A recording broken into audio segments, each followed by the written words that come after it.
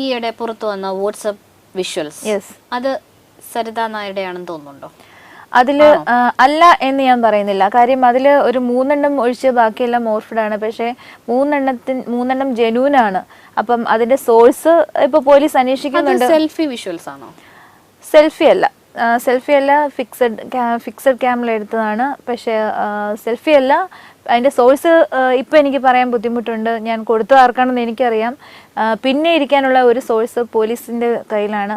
അപ്പം ഇതിലാരാണ് യഥാർത്ഥ കള്ളൻ എന്നുള്ളത് പോലീസ് തന്നെ അന്വേഷിച്ച് കണ്ടുപിടിക്കട്ടെ എന്ന് ഞാൻ പറയുന്നുള്ളൂ. അപ്പൊ ഞാൻ പറയട്ടെ, ആ മോർഫ് ചെയ്യപ്പെട്ടു എന്ന് പറയുന്ന വിഷ്വൽസിലെ മുഖത്തിനും ശരീരഘടനയ്ക്കും സരിത നായരുടെ മുഖവുമായോ ശരീരഘടനയുമായോ എന്തെങ്കിലും സാദൃശ്യമുണ്ട് എന്ന് തോന്നുന്നുണ്ടോ?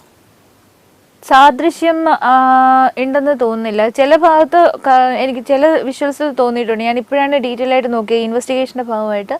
പക്ഷേ മിക്സ് ചെയ്തിട്ടാണ് ചെയ്തിരിക്കുന്നതെന്ന് തെളിഞ്ഞിട്ടുണ്ട് 3.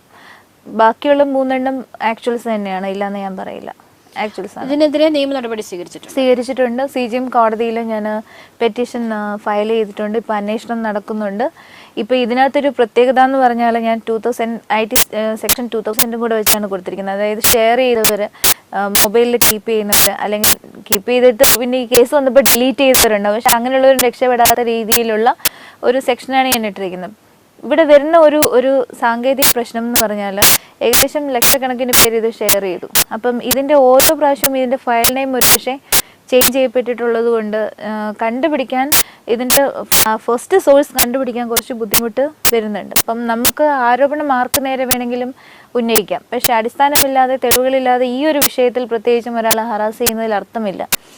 എനിക്ക് പ്രത്യേകിച്ചും 2 സോഴ്സുകളെ സംശയമുള്ളത് കൊണ്ട് അതിൽ ആരാണെന്ന് ഒരു കൃത്യമായ ഒരു തെളിവുകൾ